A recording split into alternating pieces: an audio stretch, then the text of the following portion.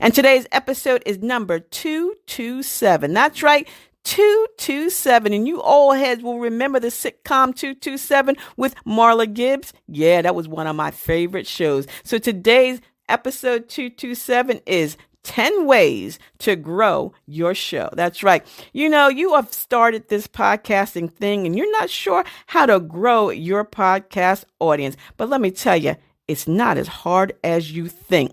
And it won't cost you a thing unless you want to put some money where your mouth is. We'll talk about that as well.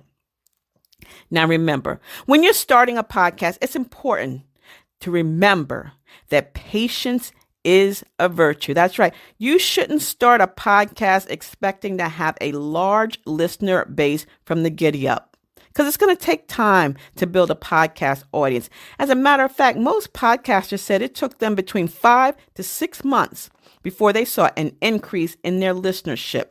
And that may sound like a long time, but really it isn't, especially if you're doing a weekly show. So that's 4 shows a month. But if you start your shows and your podcast with a solid marketing plan, in about 6 months, you'll probably see some significant growth in numbers. So today we're going to talk about 10 ways in which to grow your show. Number 1, content matters. That's right. You know, you've heard content is king, but it really matters. Marketing your podcast is a lot easier if you have good, solid, and relevant content based on the topic or niche of your show.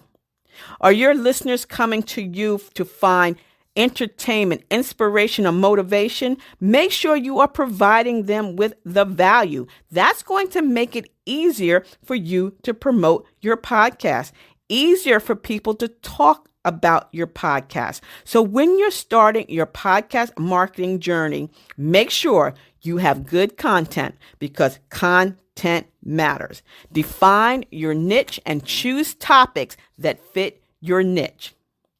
Number 2, use keywords.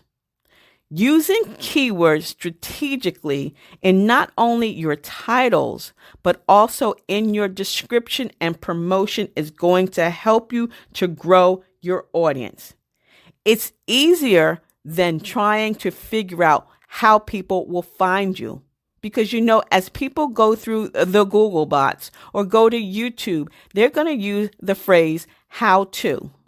And if your podcast is solving a pain point or providing a solution, then the keyword should be part of your title, within your description, as well in the promotion. You don't want to overstuff or keyword stuff, but you want to make sure that you are using the correct keywords that's going to let people know what your topic is about, what your show is about. And you can do a keyword search. Just Google how to find amazing keywords for topics such as ABC, XYZ, so that you don't have to, spend too much time trying to figure it out. And when you're using your keywords in your title, you don't have to include the number like 227, today's episode, especially if your title is long.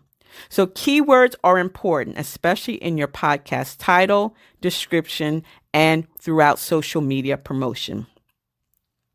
Number 3, a call to action. Always have a CTA.